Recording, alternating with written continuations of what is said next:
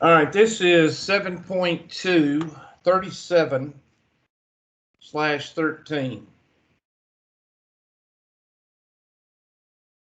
And this is a good question because if you can do this question, you can handle anything I give you on the test from 7.2. Of course, some of y'all are working on it right now, which you're not really supposed to be working on the test during class, but I'll be lenient. I mean, you only got, 5 to 7 days to take it. I don't know why you wait till class time to take the test, but a couple of y'all are doing it, so that's fine. All right, so here we go with this question.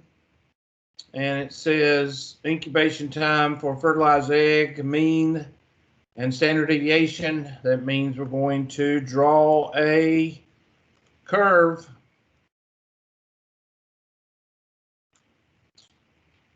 So we're going to draw a curve.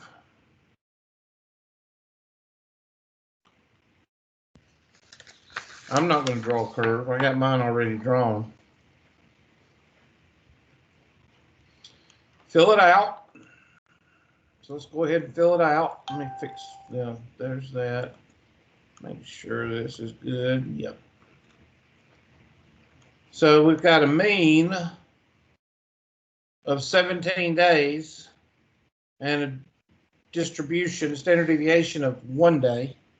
So 17, 18, 19, 20, 16, 15, 14. And the first question asked, draw a model. Well, it's you see it's already checked, but there's the model, just like our picture.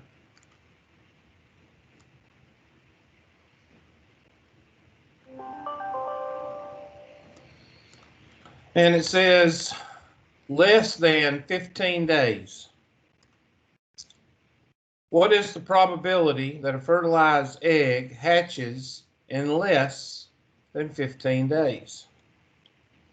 Well, less than 15 would be to the left of 15. Now, by the empirical rule,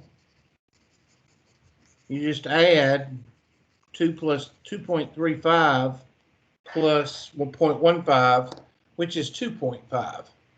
So by the empirical rule, it's going to be 2.5% or 0.2500. Of course, it's not asking by the empirical rule because we did the empirical rule back in Unit 1. But we still use the empirical rule to check and make sure that we're in the right ballpark for the 1 or 2 people that actually do use the empirical rule. Those are probably the same 1 or 2 people that actually have these drawings. Okay?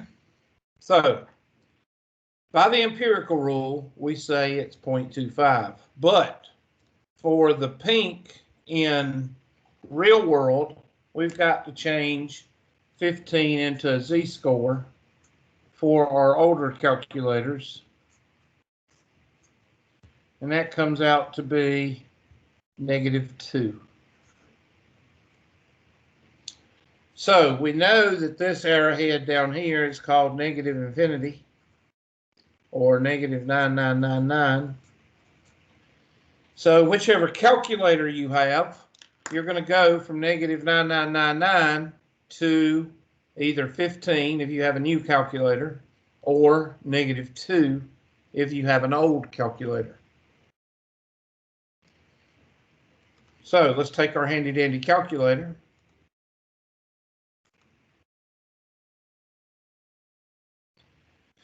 And hit second, vars, normal CDF.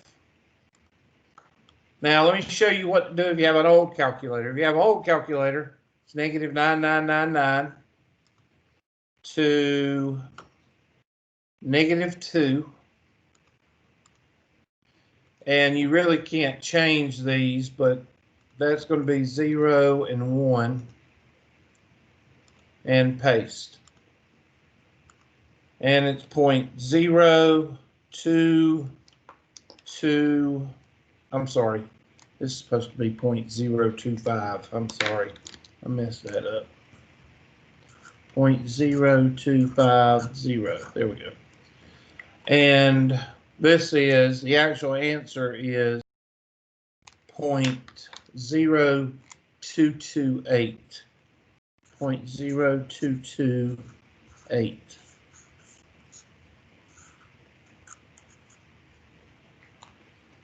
Okay, so if you have a new calculator, you would type in second bars, normal CDF, and you would type in, instead of -2, you would type in 15, and you would change that to 17, and that to 1, and of course you'll get the same answer. Any questions on that first one?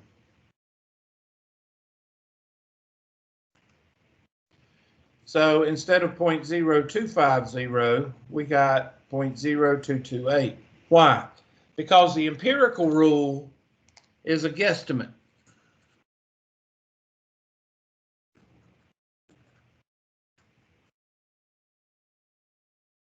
The empirical rule has always been a guesstimate. It is not detailed, where the z-score is more detailed.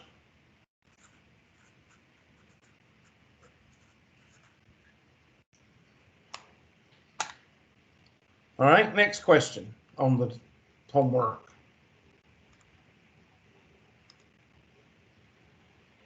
Okay, 0.0228, and what if you have 100 eggs? Well, that means move the decimal 2 places. 1, 2, 2.28 eggs, or 2 eggs, would be expected to hatch in less than 15 days. Find the probability that it takes over 19 days. Well, the good part about 19 days is it is symmetrical with the other. So I'm going to take my blue marker, and 19 days is symmetrical to your pink side. So therefore, it's the same amount. Now, is this going to happen all the time? No. Then this question is symmetrical, but the next time it may be 18 days.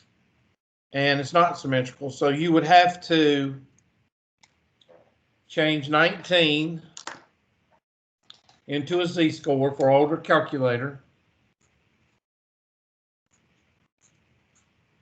And that's, of course, equal to 2, which is symmetrical to -2. They're both 2 spaces from 0. So since they're symmetrical, this blue area is 0.0228 also.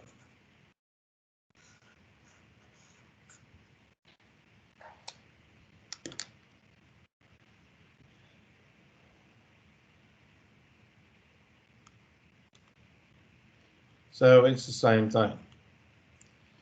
And then D, what about between 16 and 17 days? Between 16 and 17 days.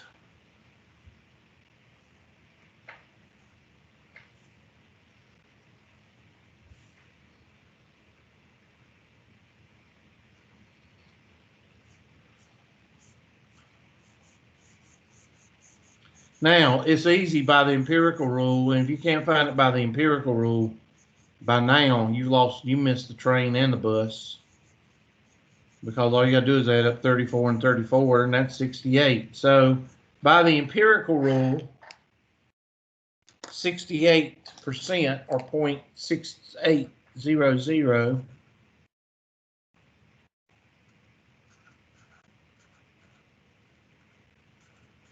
is going to be your answer if you were using the empirical rule. But we're not. We're using z-scores, and of course that would be -1, to positive 1. Or you could just type it in your new calculator as 16 to 18. So whichever one you're going to get about the same answer. Okay, so let's take our handy dandy calculator. And let's do second vars, normal CDF, and go from 16 to 18. And new calculator, 17 and 1. If this was old calculator, you'd be going -1 to +1.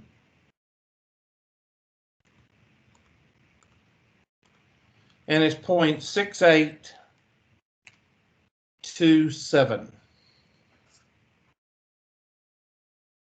0.6827.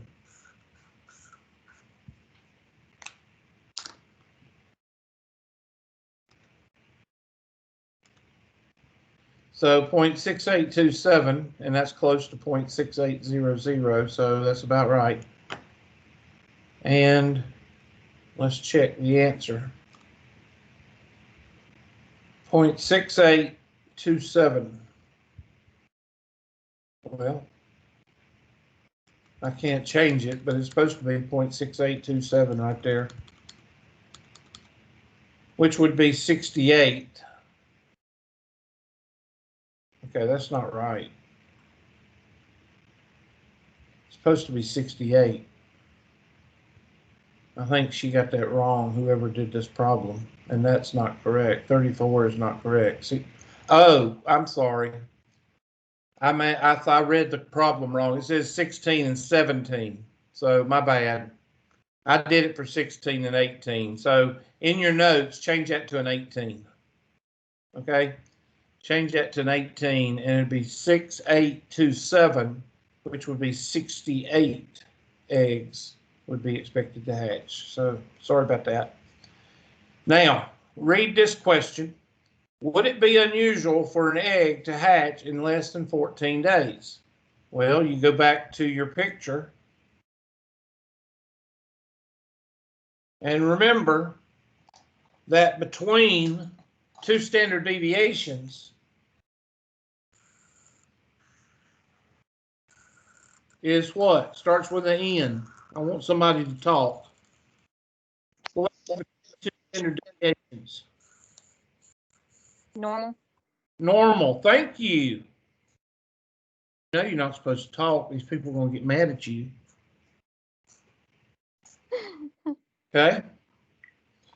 Somebody tell me what's outside of normal.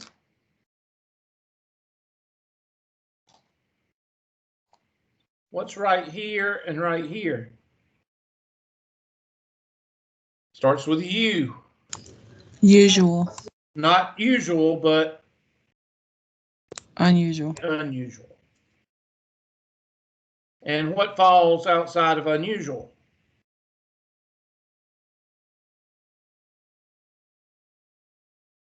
Starts with an O. Your Michael Jordans, your 6-foot second graders, outliers. Okay, so somebody tell me if 14 days, less than 14 days is unusual, yes or no? And outlier and unusual, they're both unusual. So is it unusual? Yes. Yes. Now, they're going to ask you for an area. Well, 14 is 0.15. Let me use another color here. You know, I'm actually running out of colors. I'll use yellow. They want to know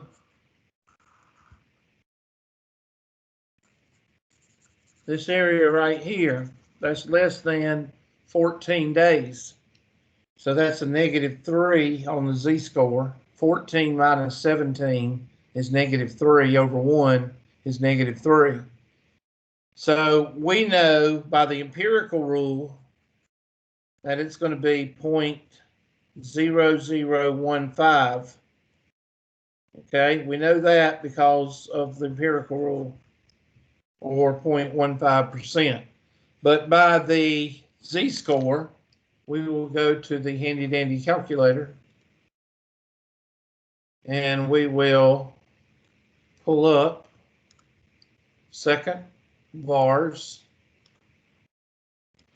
and go from -9999, and I'm going to use the new calculator, B14. And if you would use your old calculator, it would be -9999 to -3 with 0 and 1.